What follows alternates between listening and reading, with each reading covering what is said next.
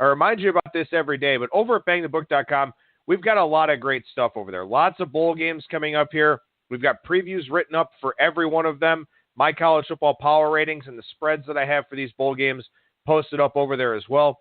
Daily NHL picks from Parker Michaels. Daily NHL totals picks from Alan Moody. NBA totals picks from Alan Moody as well. We've got trends for basketball, college, NBA, trends for the NHL, situational betting articles for the NBA, NHL, and college basketball. So much stuff going on over there. We are your one-stop shop for sports betting news and information at BangTheBook.com. Super Contest coverage, we have wall-to-wall with that. Of course, this is the last week of the NFL.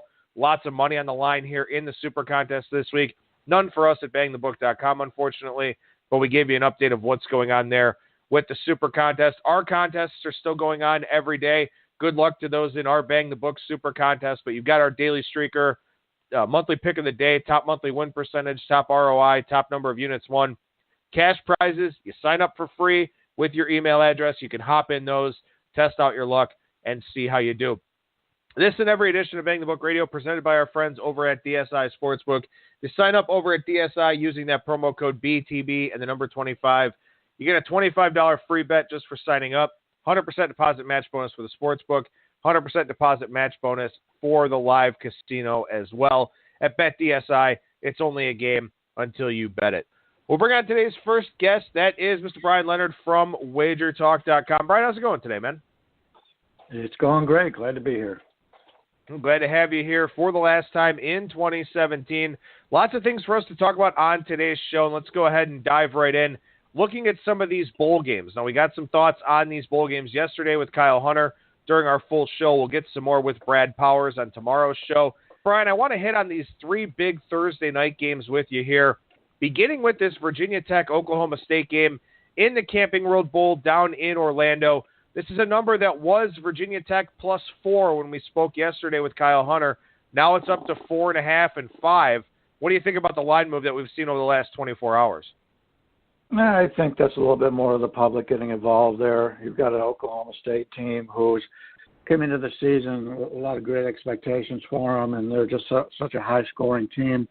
They're dead numbers for the most part, 4.5 and 5, so I wouldn't give it a lot of credence. What I am looking at, and I know we're not going to discuss it, is this early game, Virginia and Navy. It's being hit the under. It's 51.5 now with Chris, and there's some places out here in Vegas that are at 54.5. Now, granted, they're just opening up now, but that 3-point move is a big move on a total a couple hours before game time. So if anybody's listening to us live, keep an eye on that total in the Virginia game. But, yeah, we've got an Oklahoma State team that's a real exciting team, and a Virginia Tech team who's known more for their defense than their offense. And, in fact, when you're looking over Virginia Tech on the season, they haven't allowed more than 28 points to anybody except for the 31 they allowed to Clemson, who's playing in the Final Four. So this is a very good defense against a terrific offense. We've seen the Oklahoma State all season long put up major points, 40 points in just about every game, except for that game against Texas. Only scored 13 in overtime, but they scored 30 or more in every other game, 40s and 50s. So this is a contrasting style. If you like the Oklahoma State side, I'm assuming you're looking for a high-scoring game. If you like the Virginia Tech side, I'm assuming you're looking for a lower-scoring game. One of the few probabilities of a correlated parlay here, and I don't do a lot of parlays, but if you can get them correlated, this one seems to make a little bit of sense. Well, what's interesting about that is, a lot of people like to say defense travels and defense is going to go with Virginia Tech to Orlando, but weather shouldn't be a factor here in this game either for Oklahoma State.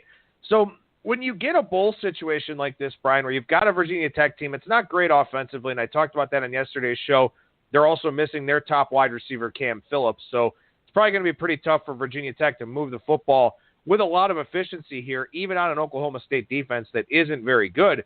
But in these bowl matchups, we've got defense first versus offense first. Do you tend to, want to lean a certain way early on? And if so, which side would you be looking at here? Yeah, I do lean more with the defense when you have more time to prepare.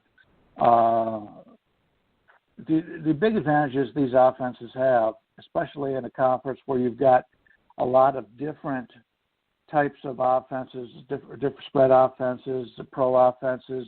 Sometimes because in the Mountain West you got your option offenses. When you only have a week to prepare, sometimes you just can't get that job done. But when you've got a team that has all this time to prepare for these offenses at this point, you would expect a little bit more, especially if the talent level's high. And Virginia Tech's always recruited defensive players. If you're looking to play defense in college football and get recognized, Virginia Tech's one of the places you would go, sort of like the Penn State with the linebackers, that kind of thing. The defenses, I believe, have the advantage at this point. And, the total is 62. You take a look at the Oklahoma State games, the conference totals, 61 I see. Pretty much there was a 61 against Iowa State, but every other game had totals of higher than this in conference play. Yeah, and I think that you bring up a really excellent point here, and this is something we talked about a little bit on yesterday's show. Virginia Tech, known for not just its defense, but specifically its secondary. And for Oklahoma State, we know they have a good running game with Justice Hill, but you run into these situations sometimes with these quarterbacks like a Mason Rudolph where, the coaches want to win the bowl game, obviously, but they also want to send that guy off on a really high note. James Washington, another guy that should be a pretty high NFL draft pick here this season. So you got Rudolph in the Senior Bowl, you got Washington in the Senior Bowl. You're trying to build up the draft stock of these players because in terms of your future, it's in your best interest to have that guy that goes early on in the draft. I mean, you think about Oklahoma State, a guy like Brandon Weeden going very early, and obviously a guy that we unfortunately know all too well here as sort of Browns fans. But it's always in the program's best interest to have that guy that gets that fanfare, that gets those headlines, because it helps from a recruiting standpoint. So for Oklahoma State here, I wonder if maybe they lose some of that offensive balance with a good running back like Justice Hill by trying to do too much with Mason Rudolph, and I think that could be a detriment sometimes. Yeah, it definitely can. And your point about the players leaving early, and it's actually good for your program because of that. There was just a show on ESPN talking about Kentucky, and they were the first team in college basketball to embrace the one and done. And they talked to the kids. They said, we don't want to play 4 years in college. So they were drawing all those Kentucky. Look at all the success Kentucky's had. So if you go to a school and, even Cleveland when they had Bennett, and I know he was a flop in the pros, but when you got the number one draft choice coming out of college basketball or in college sports, there's more attention to you, and the younger players know that they can go to that program and leave early and get that extra attention because people are looking for them. All right, well, let's go to the Alamo Bowl here. This one between Stanford and TCU. This was a number that was 2.5 yesterday. We advised getting it at 2.5 yesterday, and now it's up to 3 market wide with pretty standard juice out there between Stanford and TCU. And this is one of those games to me where I've never been all that high on Stanford. I've never been all that high on David Shaw, and yet they win 9 or 10 games pretty much every year. And, they just sort of they play a different style in the Pac-12, and it's something that a lot of teams have a lot of trouble with. I feel like that's not going to work out as favorably for them here against a TCU team with a lot of time to prepare for Bryce Love in that running game. Yeah, I totally agree. To be honest with you, I haven't been too high on either one of these teams this year. I bet them a few times, gone against them a few times, but I thought TCU was a little overrated when they were getting a lot of press earlier. They're a very good team, no doubt about it, but I think they were a little bit overrated. I know last year coming into the season, Phil Steele had TCU as one of the top teams, moneymakers, and they didn't play very well last year. They had that, lousy season a season ago. They'd go 6-7, I believe. But this year, the players that were there last year finally starting to come out to play this year. And the TCU defense, there's nothing wrong with the TCU defense. They've only allowed 30 points 3 times all year. In that SMU game right before Oklahoma State, against Oklahoma State, they allowed 31 and they allowed 38 to Oklahoma. So pretty good offensive teams. Stanford doesn't have that ability. They have put up a lot of points against weaker opposition. 62 against Rice, 58 against the UCLA defense that we saw once again in the bowl game is not very good.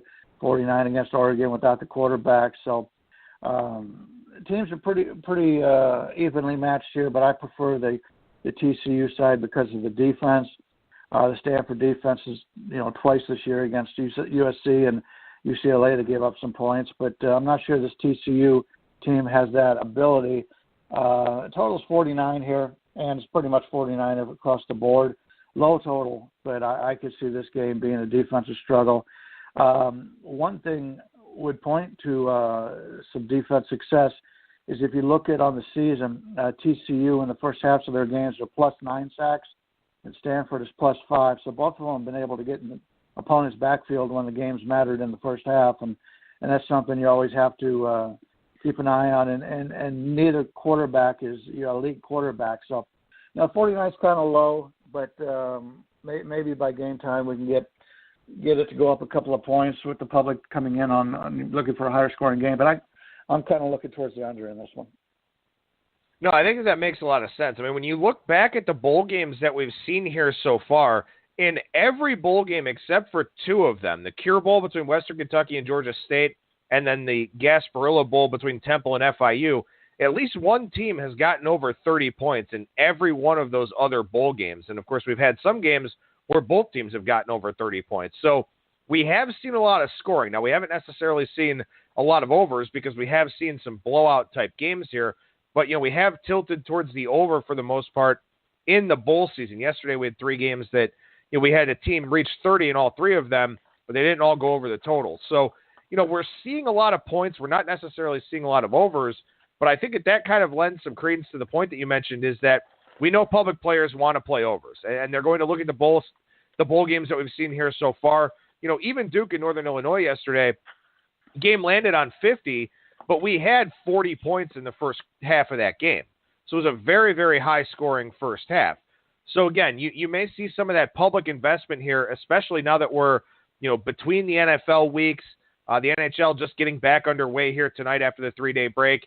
The NBA still is what it is, but a small college basketball card.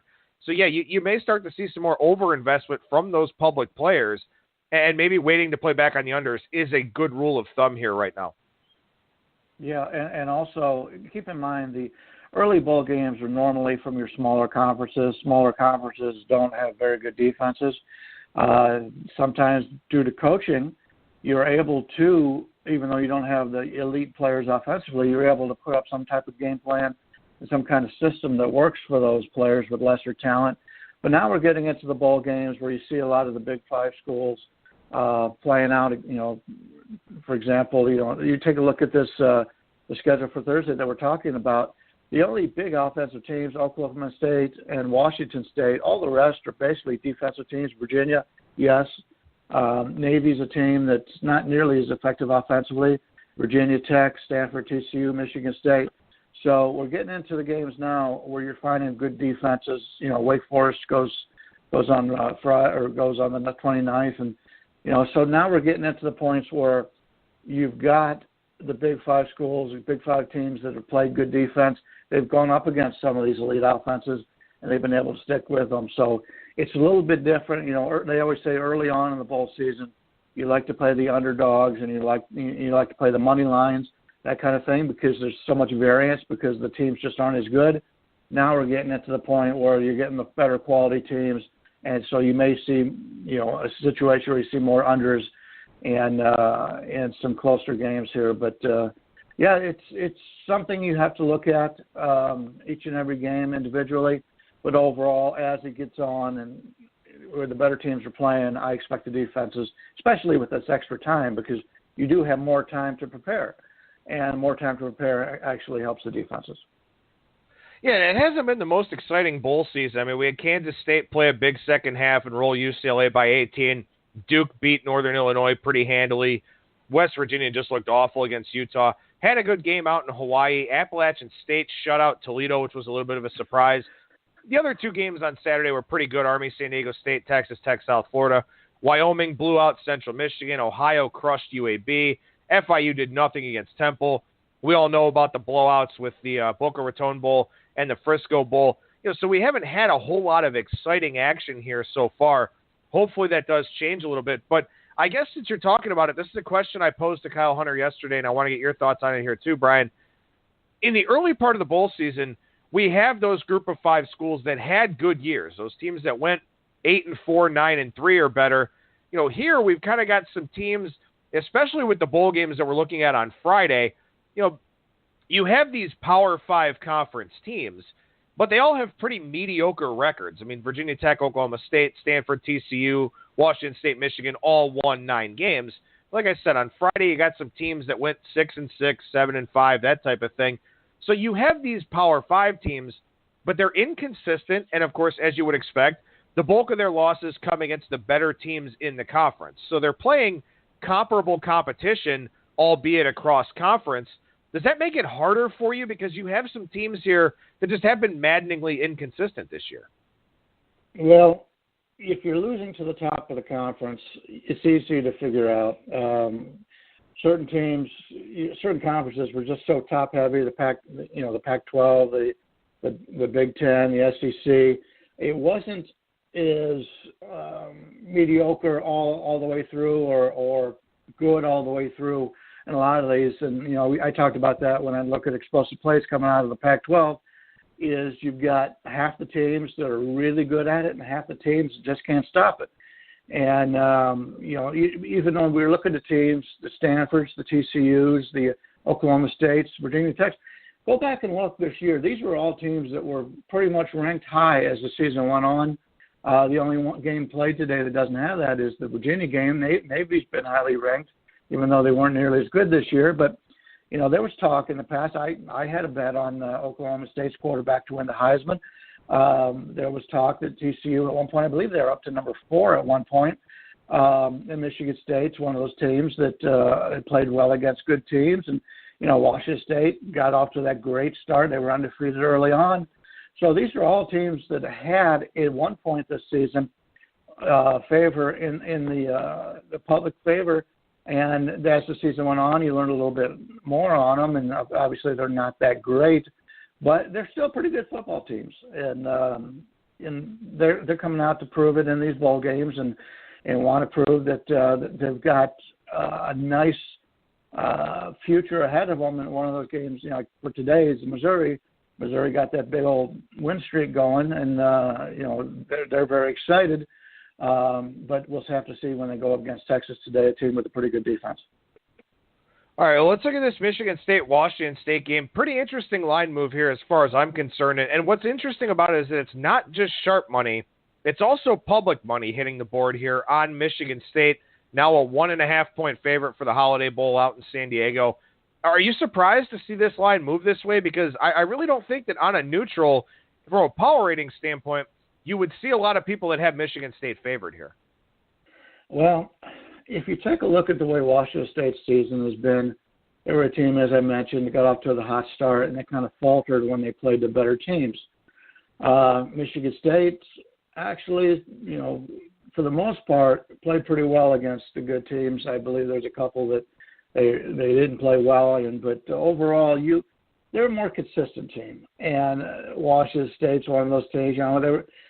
I don't know how much talk goes into the coaching searches, but I know that the Washington State coach was out there. He signed a big extension now, so I don't know if that had anything to do with it. There was talk that he was going away, and some other teams were looking to hire him. But there wasn't any talk about Michigan State this year because they didn't have that great season. So I think it's going to take a lot to pry him away from Michigan State anyway. But I could somewhat see it. I don't have much on this game. So I could see it in the pick'em range. There's been times where I thought Washington State was a good team, but if you go back and look and you see the teams that they played when they played the better teams, Washington, they get crushed 41-14.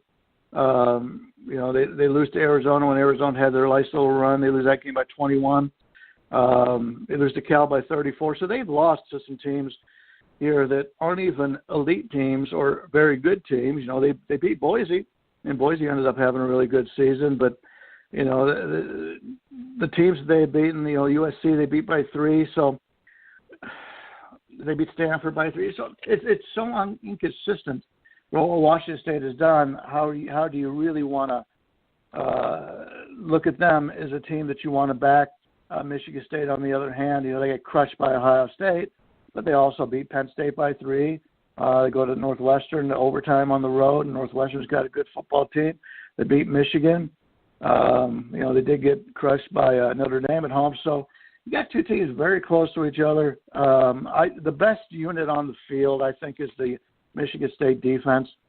Last two times they went out, they did play Maryland and Rutgers, only give up 7 each time, but they allowed 10 to Iowa, 10 to Michigan, 9 to Indiana, 14 to Western Michigan. So this is a team that I think is the best unit is defense. And as we talked about, now with the extra time to prepare, they get to play against this Washington State team, and they do things a little bit differently than they see in the Big Ten. So this extra time to prepare helps them.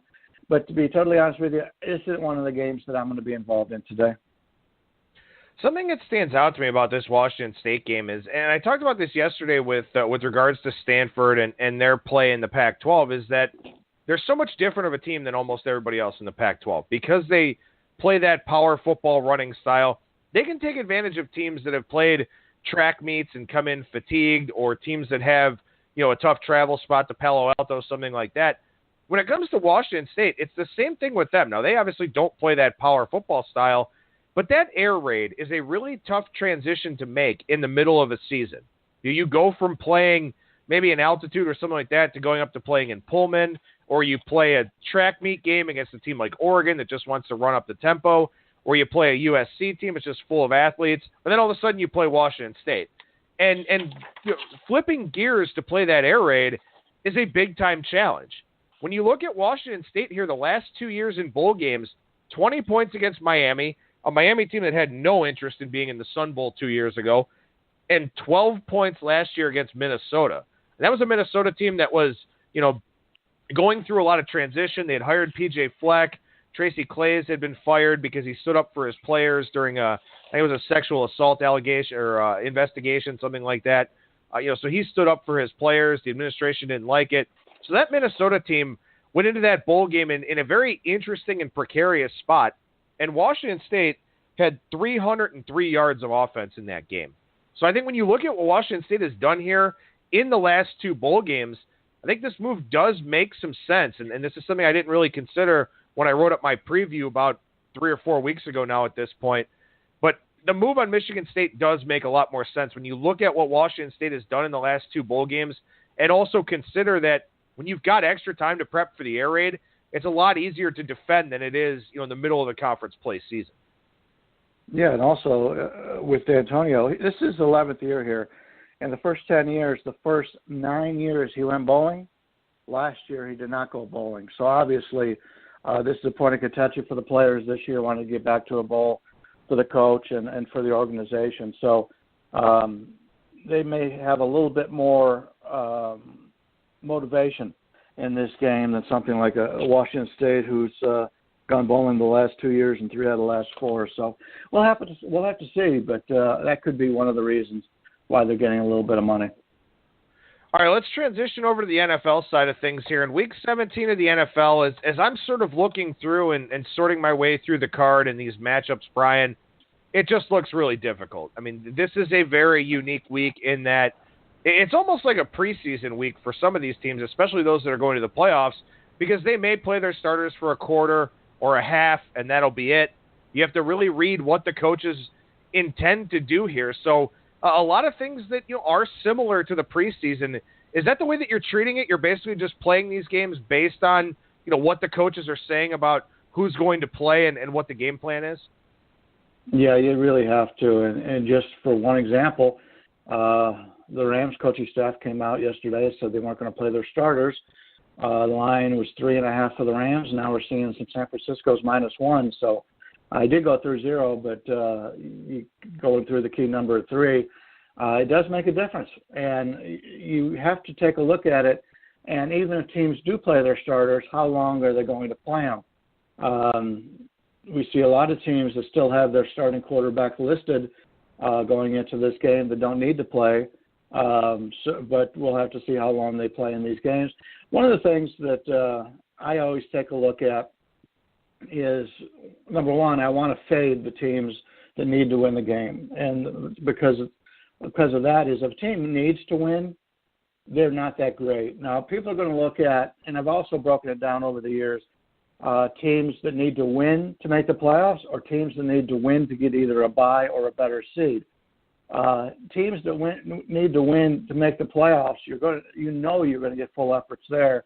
A lot of these teams, they don't care. Obviously they want to bye, but it's not a do or die situation. And then to move up, from the 3 to 4 to 3 and that kind of thing. Sure, they want to do that, but it's not that big a motivation. The bigger motivation is you're either in the playoffs and you're not. But the teams that need to be in that situation, you're paying a definite premium on. For example, we see some of these games this week where, Tennessee against Jacksonville. Jacksonville, as of right now, Bortles is still their starting quarterback. They plan on playing the starters. So you get Tennessee, who's listed, at one point they were a 6-point favorite. Now they're down to 3.5 and 4. When Jacksonville said they're going to play some of their starters. So is Tennessee, the way they've been played today, still worth a 3.5 to 4-point favorite, even against a Jacksonville team who may only play the starters for a quarter?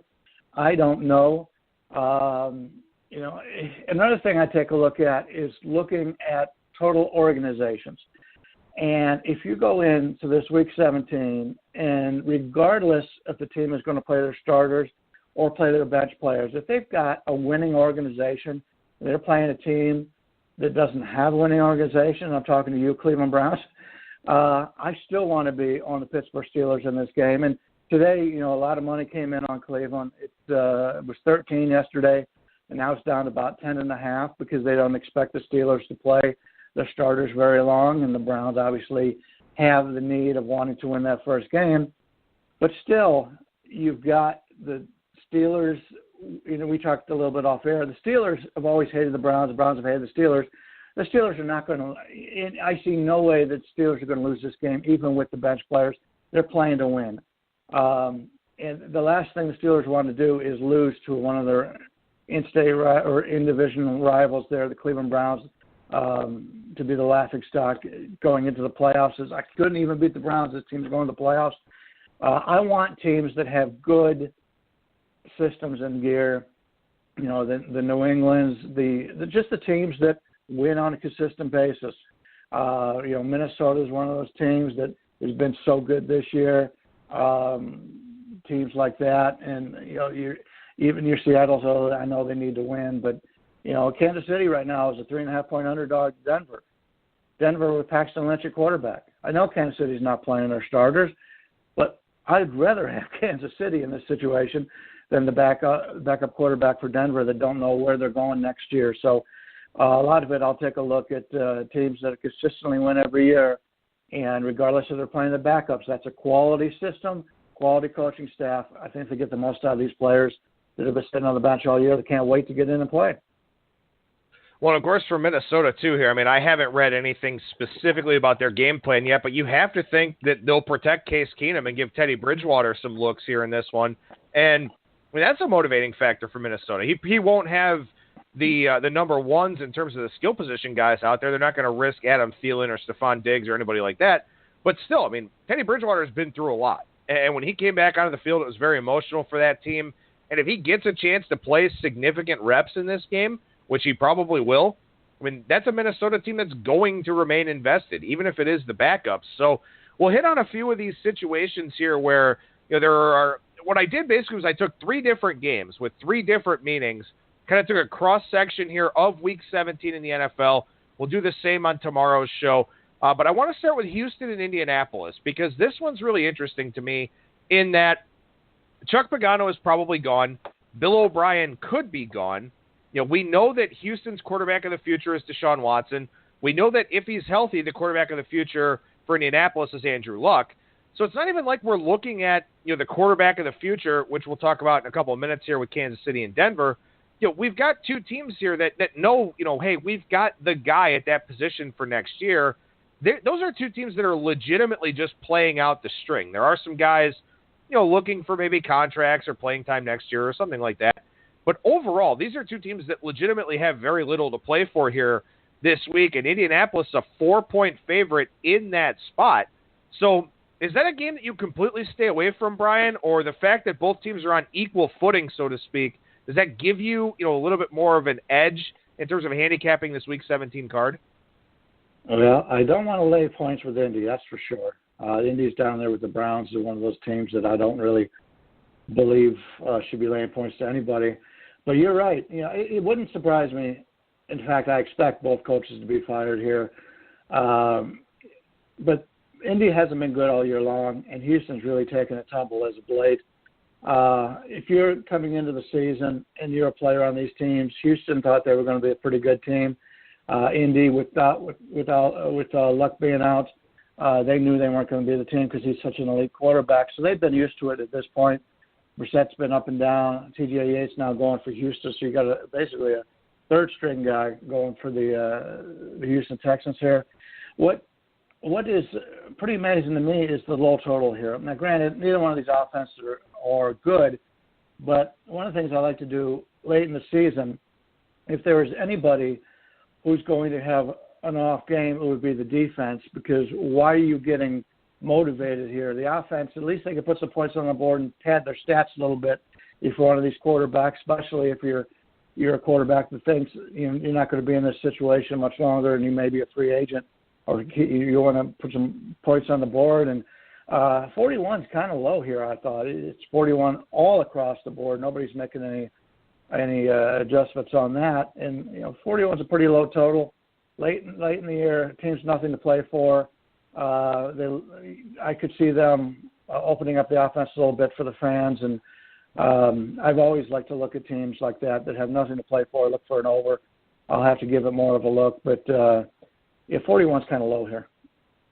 Yeah, Bill O'Brien, an offensive-minded guy, too, so it does make sense for him to, if he's trying to salvage his job, get this team to put some points up on the board there. And, you've got guys like T.Y. Hilton and DeAndre Hopkins that want to get as many numbers as possible as well. So I think that's a pretty good way to look at that one there between Houston and Indianapolis. So let's go to a different game, one where a team has to win to get into the playoffs or get some help. That's the Atlanta Falcons. They can get to the playoffs if they lose, as long as Seattle loses, but it doesn't look like Seattle's going to lose as a 9.5, 10-point favorite against Arizona. So Atlanta, if you win, you're in. For Carolina here, interesting situation. Now, they can get as high as the number 2 seed if everything works out in their favor. It's probably not going to happen. For starters, Minnesota would need to lose to Chicago. They're favored by almost 2 touchdowns, so that's probably not going to happen. So from a Carolina standpoint here, and they'll know that. They'll know if they can move up into the number 2 seed, but they can still win the division as well. So, you have this really weird situation for Carolina in that they know they're playing next week in all likelihood. Is it at home or is it on the road? Do they care? Do they risk Cam Newton in this situation?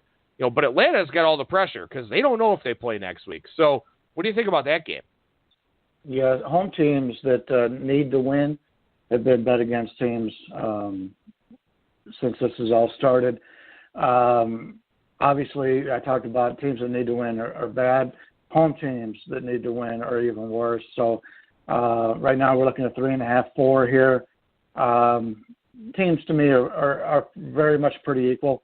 So you're laying about an extra point here with the Falcons in that situation. So I would prefer the Carolina side, especially if you can get to 4.5, and 4 is not a real key number, but still I always like to get that extra hook if I can get it.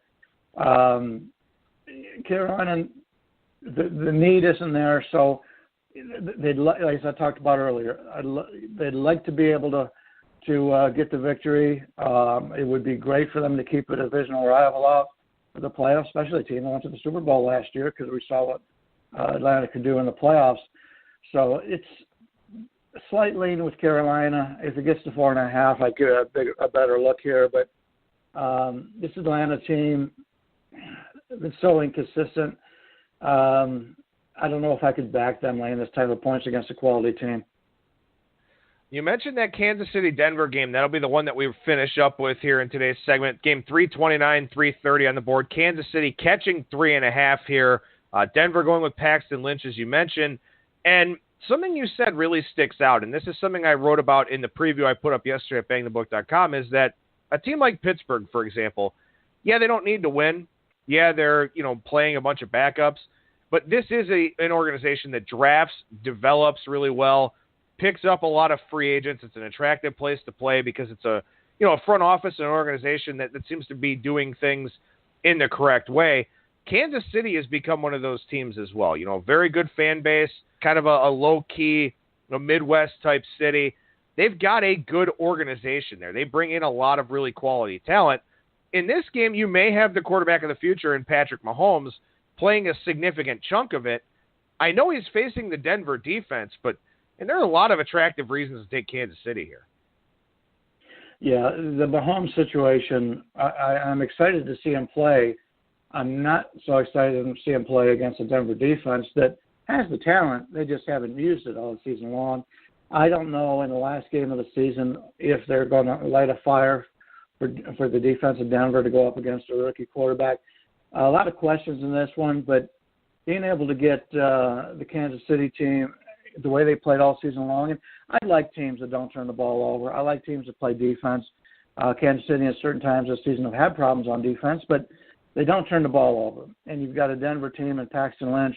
That's all they do is turn the ball over all season long, regardless of who the quarterback has been.